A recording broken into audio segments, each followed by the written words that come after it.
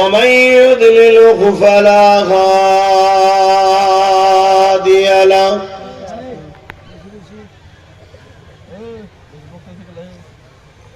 ونشهد أن لا إله إلا الله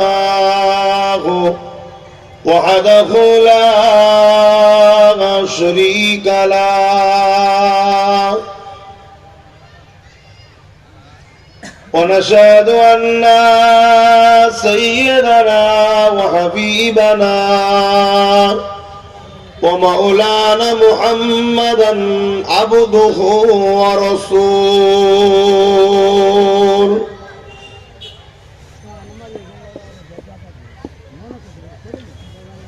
أما بعد فيا أيها الحاضرون رحمكم الله قال الله تعالى في كلام المسيح الفرقان الحميد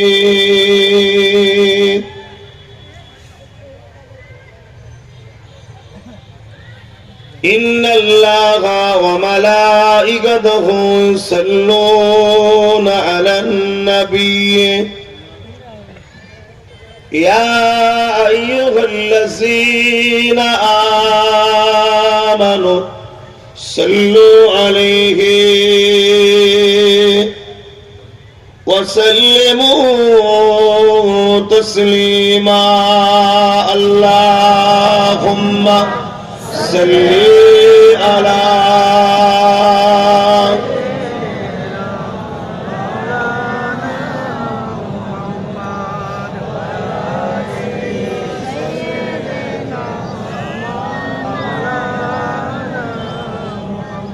আরুচ্চাওয়াজে মোহাব্বতে আল্লাহুম্মা সাল্লি আলা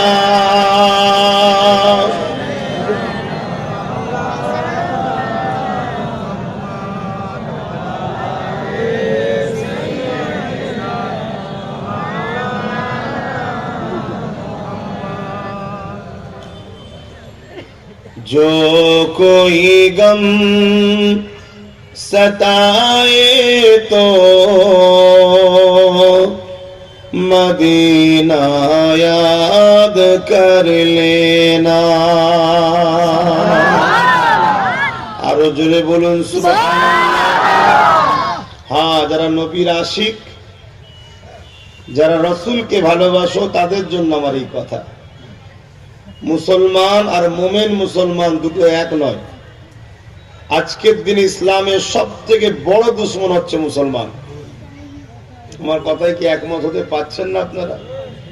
আজকের দিনে ইসলামের এবং আমাদের পরের জেনারেশন এই বাচ্চাগুলোর সবথেকে বড় দুশমন হচ্ছে মুসলমান। কোন মুসলমান? মুনাফিক মুসলমান। কোন মুসলমান? মুনাফিক। মুনাফিক কারা? যাদের অন্তরে নবীর প্রেম আর আদব নেই তারা। নামাজ কাজা ফাসেক গুনাহগার, মুনাফিক নয়। রোজা কাজা গুনাহগার ফাসেক, মুনাফিক নয়। কিন্তু মনে রাখবেন যাদের অন্তরে নবীর প্রেম নেই, আদব নেই, এক তো সে বেঈমান, অপরদিকে সে আমাদের কাছে দরদ দেখায় আমি ইসলামের অনুসারী, এই যে ধোঁকা দেয় এটাকে বলা হয় মুনাফিক। এই মুনাফিক মুসলমান সবথেকে বড় আজকে আমাদের জন্য ক্ষতিকারক। তারা আমার রাসূল পাক সাল্লাল্লাহু আলাইহি সাল্লামের মর্যাদা, নবীর আদব, নবীর গুরুত্ব, নবীর প্রেম, নবীর মর্যাদাকে তারা মূল্যায়ন করে না। যারা প্রকৃত প্রেমিক হয় তারাই মূল্যায়ন করে। তাই আমি আপনাদের বলবো যারা রাসূলকে ভালোবাসেন, যখন কোনো দুঃখ কষ্ট আসবে রাসূলকে ইয়াদ করবেন। জোরে বলুন সুবহানাল্লাহ। সংসার জীবনে হোক, ব্যবসা জীবনে হোক, রাষ্ট্র জীবনে হোক, রাজনীতির জীবনে হোক, পরিবার নীতির জীবনে হোক, এডুকেশন নীতির জীবনে হোক, কর্মনীতির জীবনে হোক, বা কোন রকম বাধায় রাসূলকে ইয়াদ করবেন, অর্থাৎ নবী পাক সাল্লাল্লাহু আলাইহি ওয়াসাল্লামের জীবনীর দিকে ফলো করবেন, দেখবেন এমন কোন না কোন ঘটনা আমার রাসূলের সঙ্গে ঘটেছে, ওইটাকে দেখে আপনি মনে সান্ত্বনা পাবেন। জোরে বলুন সুবহানাল্লাহ। যেমন ধরুন আপনি ভালো কাজ করছেন, গরিবদের পক্ষে কথা বলছেন, অসহায়দের পক্ষে কথা বলছেন, এতিমদেরকে সাহারা দিতে চাইছেন, মজলুমের পাশে দাঁড়াচ্ছেন, জালিমদের বিরুদ্ধে লড়ছেন। ঠিক এই সময় আপনার উপরে অত্যাচার হয়েছে, জুলুম হয়েছে, ঘর ছাড়া হয়েছে, আপনি মনকে সান্ত্বনা দেবেন, আরে আমি কে? আমার নেতা দোনোজাহানের সুলতান হযরত নবী মুহাম্মদ রাসূল যখন মক্কার অত্যাচারী জালিমদের বিরোধী বলেছিল, তখন আমার রাসূলকেও ঘর থেকে হিজরত করে ইয়াসরিব মদিনাতে চলে যেতে হয়েছিল। জোরে বলুন সুবহানাল্লাহ। মন সান্ত্বনা পাবে না পাবে না? যখন ক্ষুধার্ত লাগবে, অভাব সংসার, এমন তো কোনো অভাব নেই যে খাওয়া হয় না, হয়তো একটু ভালো মন্দ হয়নি, তখন মনকে বলবেন যে আমার নবী 3 দিন পেটে পাথর বেঁধেছিল না খেয়ে, আমি তো না হয় একবেলা ভালো মন্দ হয়নি। মনের মধ্যে দেখবেন একটা তৃপ্তি, শান্তি আসবে। জোরে বলুন সুবহানাল্লাহ। যে কোনো দিক দিয়ে আল্লাহ রাসূল আমাদের জন্য মডেল। যা ঘটনা ঘটেছে এ শুধুমাত্র আমাদেরকে শিক্ষা দিবার জন্য। আসেন, যুগ যুগ ধরে ইতিহাস চলতেই থাকবে, তাই যখনই কোনো কষ্ট হবে রাসূলকে ইয়াদ করবেন, নবী মদিনাকে ইয়াদ করবেন। जो कोई गम सताए तो मदीना याद कर लेना। সূর্য দেখা দিয়েছে, বলুন আলহামদুলিল্লাহ। কে আমাদের খেদমত করে জানেন তো নাকি? ওর থেকেও আমরা দামি, জানেন তো নাকি? হ্যাঁ, সূর্যের থেকেও আমরা দামি। কারা? মুস্তাফার গোলামরা, মুস্তাফা জাহানুর আহমদের গোলামরা। মানুষই শ্রেষ্ঠ, মানুষই নিকৃষ্ট। উলাইকা বালহুম আদাল। চতুষ্পদ জন্তুর থেকেও নিকৃষ্ট মানুষ আছে না নাই? এমনও মানুষ যে মাকে হত্যা করে, বাপকে হত্যা করে, চতুষ্পদ জন্তুর থেকেও निकृष्ट तारा। जो कोई गम सताए तो मदीना याद कर लेना, ना दिल को चैन आए तो मदीना याद कर लेना।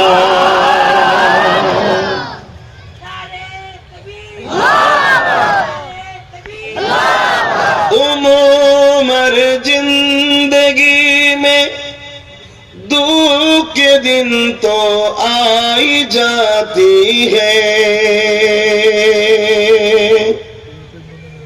उमर जिंदगी में दुख के दिन तो आई जाती है,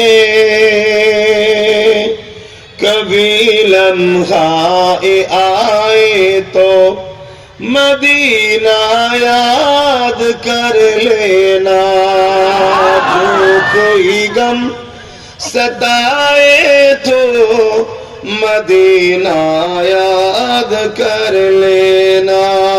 अल्लाहुम्मा सल्ली अला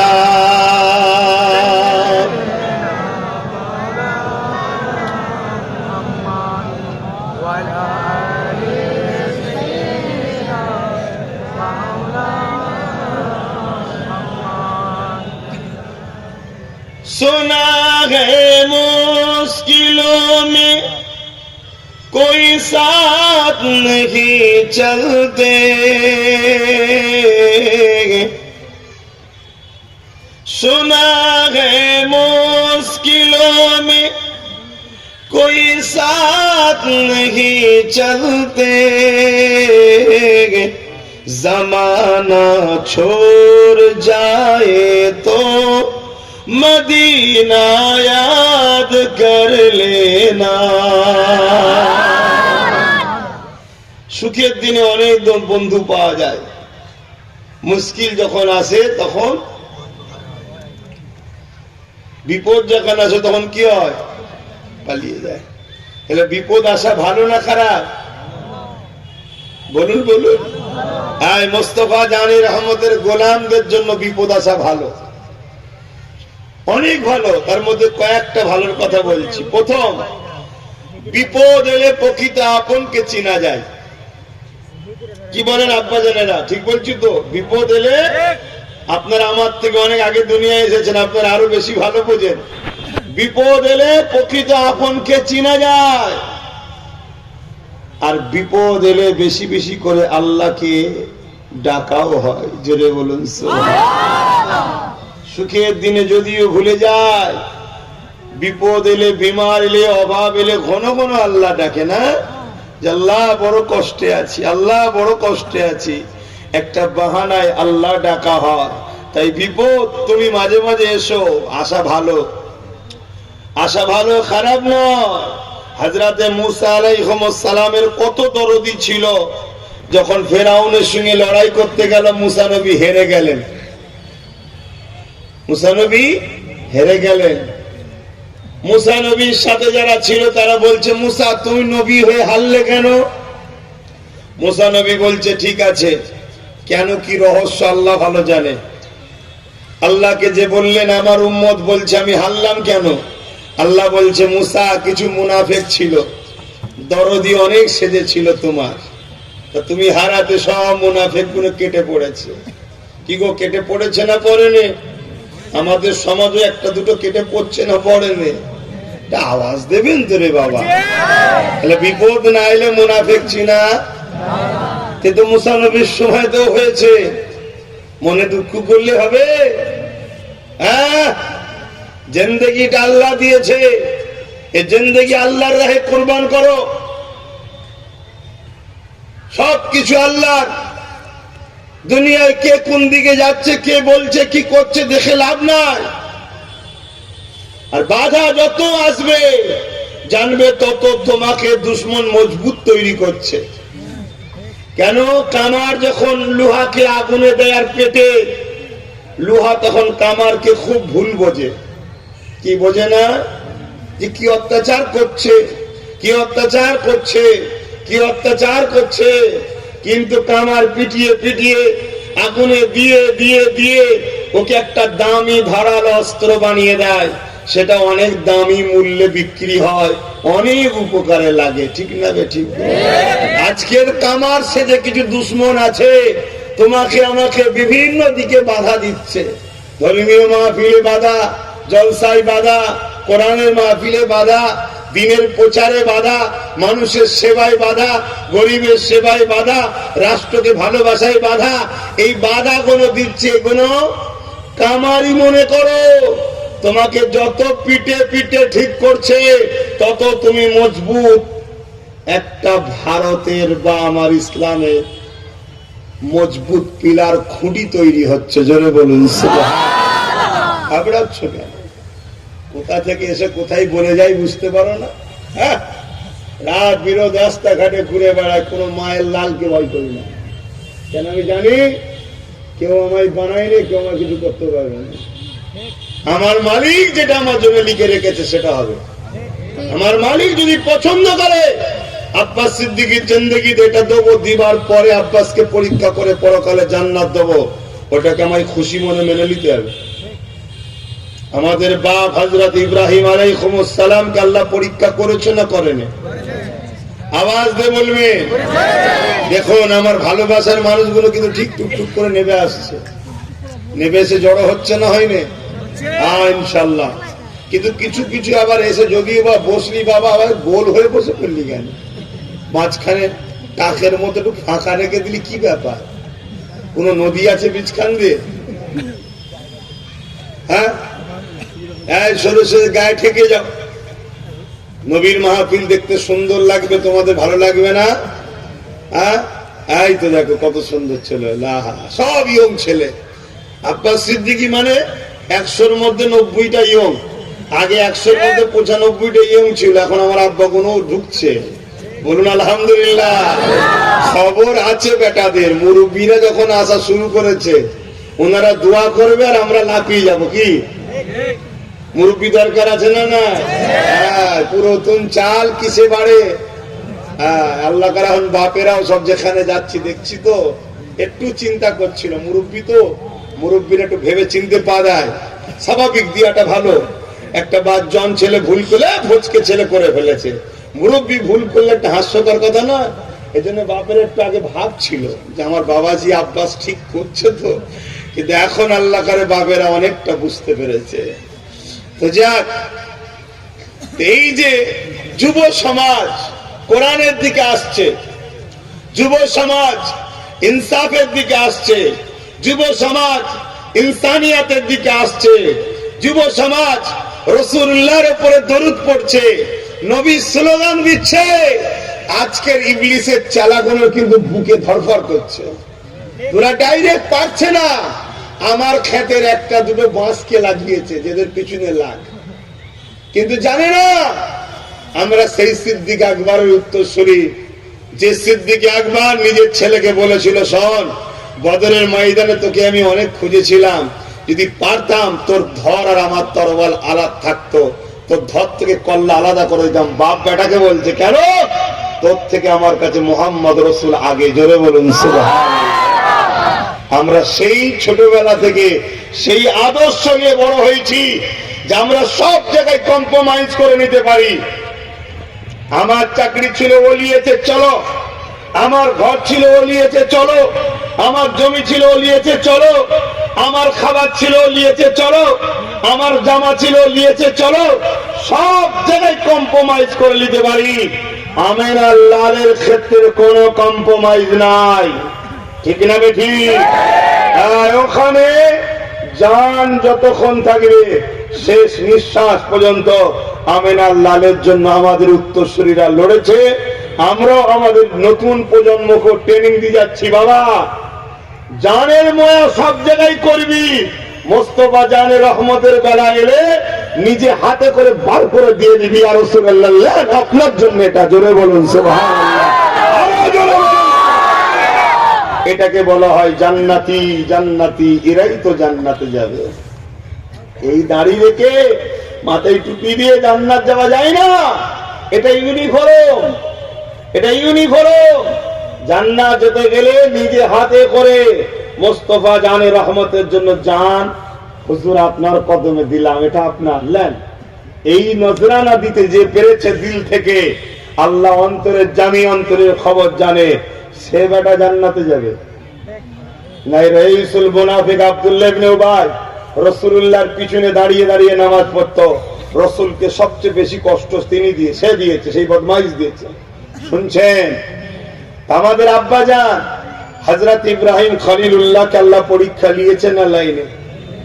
নমরুদ ছিল তখনকার শাসক। কে ছিল? শাসক নমরুদ ছিল। আমি কোরআনের কথা বলছি, কেউ যেন ভাববেন না যে আপনি কি বলছেন। শোনেন, আমার ইসলামে যা আছে আমি তাই বলবো। এটা ধর্মসভা তো নাকি? ইসলামে যা আছে তাই বলবো। ইসলামে মদ খাওয়া হারাম। কোন মাতাল যদি মনে করে হুজুর আমার বিষয়ে বললো কেন, কিচ্ছু করার নেই, তুই মাতাল হয়েছিস কেন? কি গো, ঠিক না বেঠিক?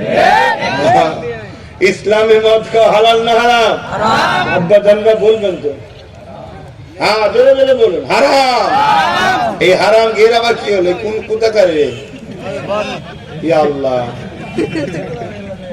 দোস্ত পরিবেশ বোঝে না।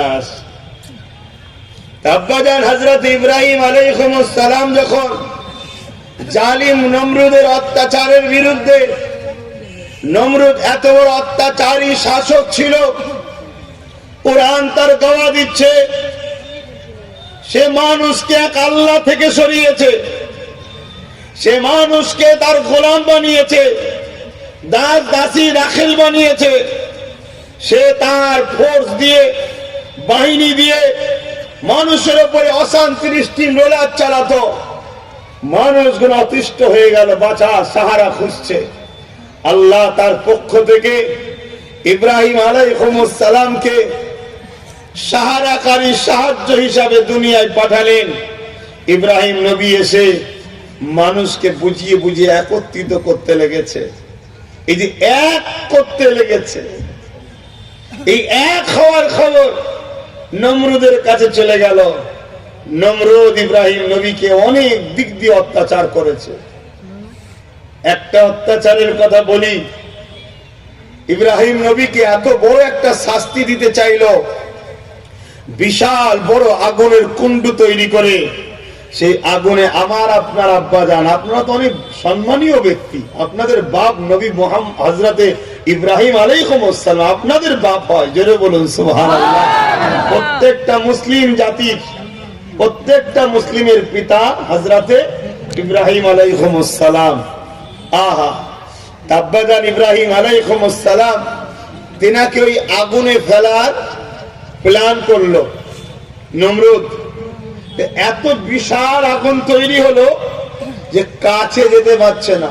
যুবকগুলো শুনছো, শুনছো? আর নমরুদ ছিল পৃথিবীর শাসক, পুরো পৃথিবী সে চালাতো, শুনছে?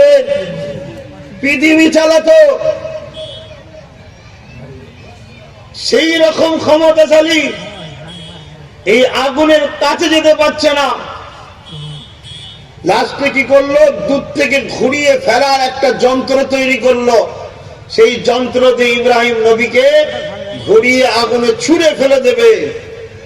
আগুন দাও দাও করে জ্বলছে, ইব্রাহিম নবী দেখছে, তোমার আমার আব্বা দেখছে। ভাবো তো সেই সময় তোমার আমার আব্বার দৃশ্যটা কেমন হতে পারে। তোমাকে আমাকে তো শুধু যদি আজকে বলে ঠিক আছে দাঁড়া, তোর ব্যবস্থা হচ্ছে, তুমি তো ব্যাস কাপড়ে পিসাব করে ফেলার খাও, একটু বলেছেই মাথা খারাপ।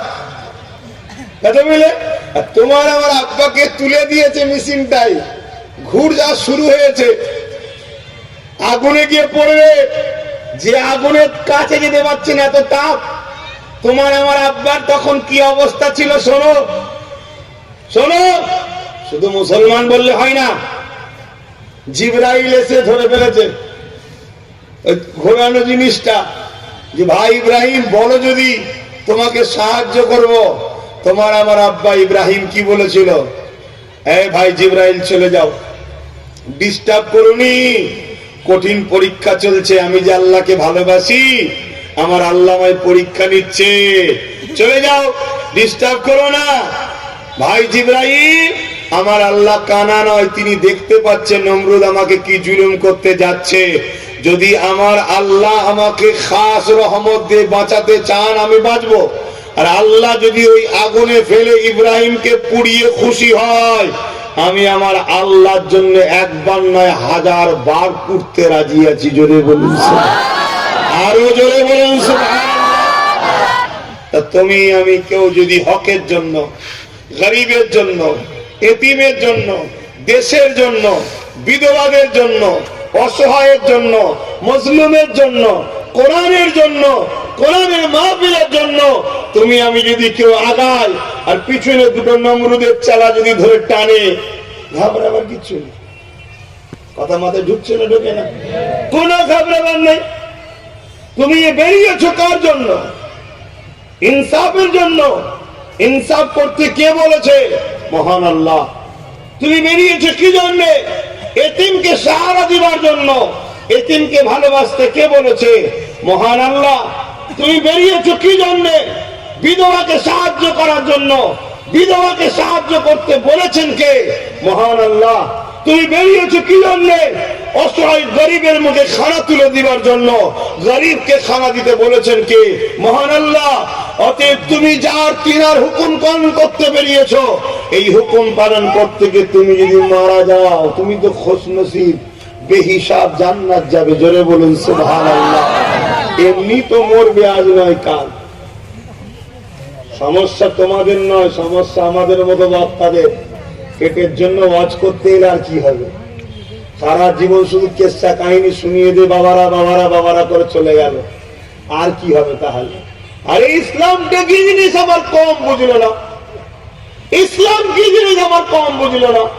যখন আমি রাষ্ট্রপ্রেমের কথা বলি আমার কম টেনশনে পড়ে যায় যে জলসায় কথা বলবে কেন। আরে মূর্খ, রাষ্ট্রকে ভালোবাসা আমেনার লালের সুন্নাত, জোরে বলুন সুবহানাল্লাহ। দেশকে ভালোবাসলে নেকি হয়, জোরে বলুন সুবহানাল্লাহ। দেশকে ভালোবাসলে আল্লাহ খুশি হয়, জোরে বলুন সুবহানাল্লাহ। এটাই আমার কম বোঝে না, শুধু মনে করে ইসলাম মানে দাঁড়িয়ে রাখো, মাথায় টুপি পরো, নামাজ পড়ো, এর নাম ইসলাম? একটা অর্থ বলে যাচ্ছে, একটা তথ্য বলে যাচ্ছি, মনে রাখবেন। আমার রাসূল পাক সাল্লাল্লাহু আলাইহি সাল্লাম নবুয়তের ঘোষণা দিয়েছে কবে? 40 বছর বয়সে। এসেছেন কবে? 570। তো 570 আর 40 হলে কত হয়? 610। নবী মেরাজে গেছে কবে? নবী মেরাজে গেছে কবে? 621। 621।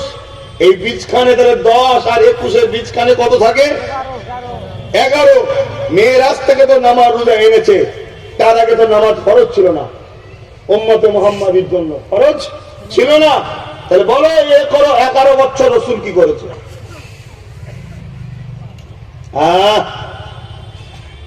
আল্লাহ নবী 11টা বছর পৃথিবীর জমিনে যত জালিম স্বৈরাচারী শাসক ছিল তাদেরকে সঠিক রাস্তায় আসার জন্য মেসেজ দিয়েছে।